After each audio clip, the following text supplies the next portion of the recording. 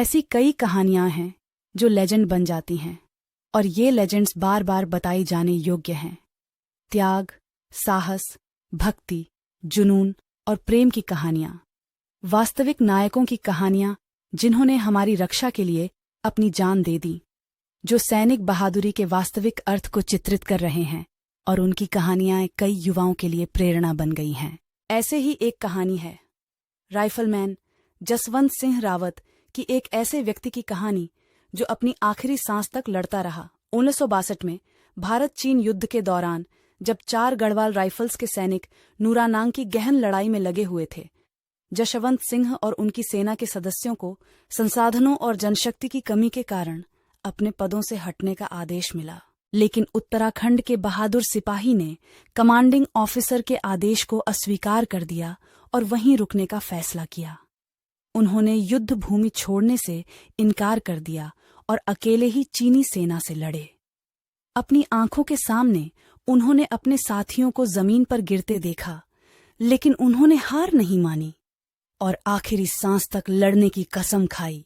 वहां मौजूद अन्य सैनिकों के अनुसार उन्होंने अकेले ही 3 दिनों तक चीनी सैनिकों से लड़ाई की और उन्हें कड़ी टक्कर दी और लगभग 300 दुश्मन सैनिकों को मार गिराया। दुश्मनों का दिल डर से भर गया, क्योंकि यह अकेला आदमी उनके लिए एक बटालियन के बराबर था। जसवंत सिंह न केवल एक कट्टर सैनिक थे, बल्कि एक तीव्र बुद्धि वाले व्यक्तित्व भी थे। उन्होंने सेना को भ्रम में रखने की रणनीति बनाई। ऐसा माना जाता है कि उसने 2 लड़कियों की मदद से अलग अलग जगहों पर हथियार स्थापित किए और दुश्मनों पर लगातार गोलीबारी की। उसने उन्हें यह विश्वास दिलाकर धोखा दिया कि यह एक बड़ी सैन्य शक्ति है जिसके विरुद्ध वे लड़ रहे हैं। लेकिन जल्द ही चीनी सेना के सामने सच्चाई सामने आ गई। वे यह सोचकर क्रोधित हो गए, यह केवल एक सैनिक था जो उन सभी के खिलाफ खड़ा था। इसके बाद उन्होंने यह समझकर कि वे पकड़े जाने वाले हैं, उन्होंने जसवंत सिंह को घेर लिया। इस निडर व्यक्ति ने दुश्मन के उस पर हाथ डालने से पहले खुद को गोली मारने का फैसला किया। चीनी सेना ने अपना बदला लेने के लिए उनका सिर काटकर स्मृति चिन्ह के रूप में अपने साथ ले लिया। लेकिन बाद में युद्ध समाप्त होने के बाद चीनी सेना ने सैनिक का सिर वापस कर दिया।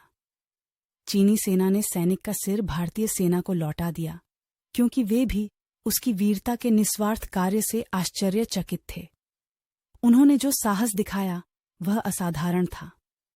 वह भारतीय सेना के इतिहास में एकमात्र सैनिक हैं जो अपनी मृत्यु के बाद भी सेवा करते रहे। उनकी बहादुरी के लिए उन्हें मरणोपरांत महावीर चक्र पुरस्कार से सम्मानित किया गया है।